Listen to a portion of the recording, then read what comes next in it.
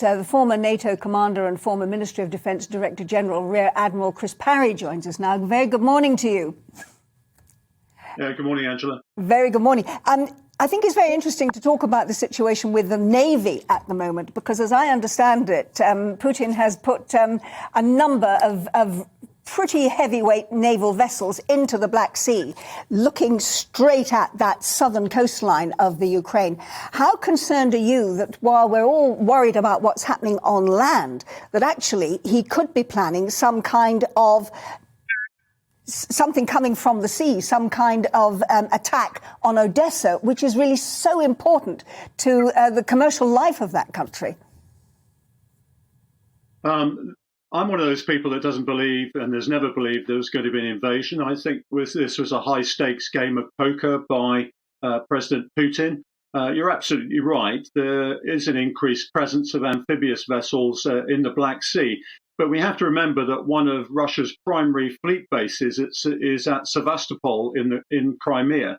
And so you'd expect a certain amount of activity there anyway.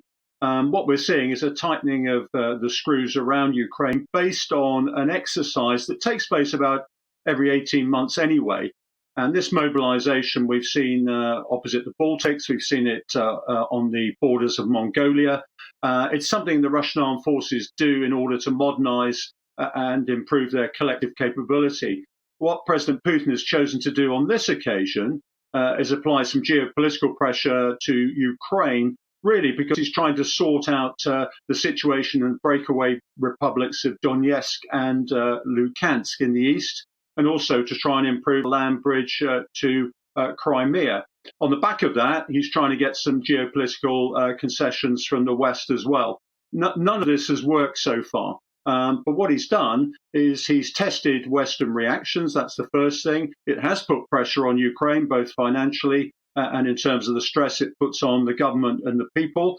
And he will have drawn lessons from this. And what we have to remember is that he can do this at any time in the future he chooses.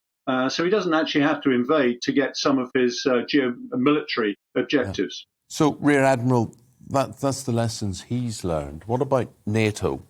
What lessons do you think NATO will have learned from this? And, you know, during your time there as a former NATO commander, you wouldn't have experienced anything close to this, would you? Well, it depends what you mean, Eamon. My career, I was in 3 wars, so I have experienced it. There's no doubt about it. But what we're seeing here is something that some of us were forecasting from about 2008 onwards, that Russia would come back as a great power.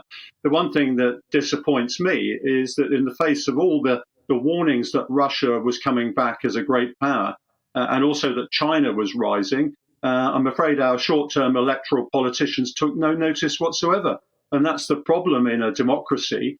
People who are good at winning elections aren't very good at strategy. Whereas those who don't have to win elections, like Xi Jinping and Putin, are quite good at long-term strategy.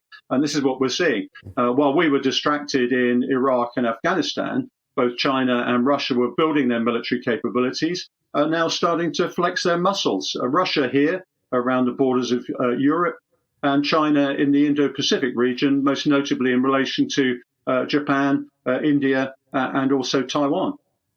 Rear Admiral, absolutely fascinating hearing from you and your perspective. I wish we had longer. Unfortunately, we don't, but we would love to talk to you again as this whole situation progresses for your analysis. An absolute privilege to talk to you. Thank you very much.